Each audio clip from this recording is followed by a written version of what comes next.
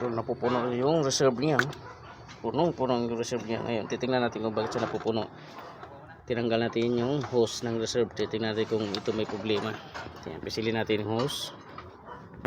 Pisilin natin na. Lumalabas. Lumalabas. Kita mo? Dito. Pas malakas. Ako mainit.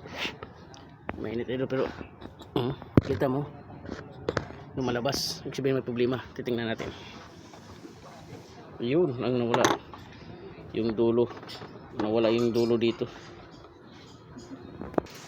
Yan, itong nawala sa kanya.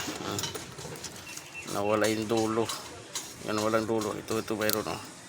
Yan o. Kaya naupuno. Sira.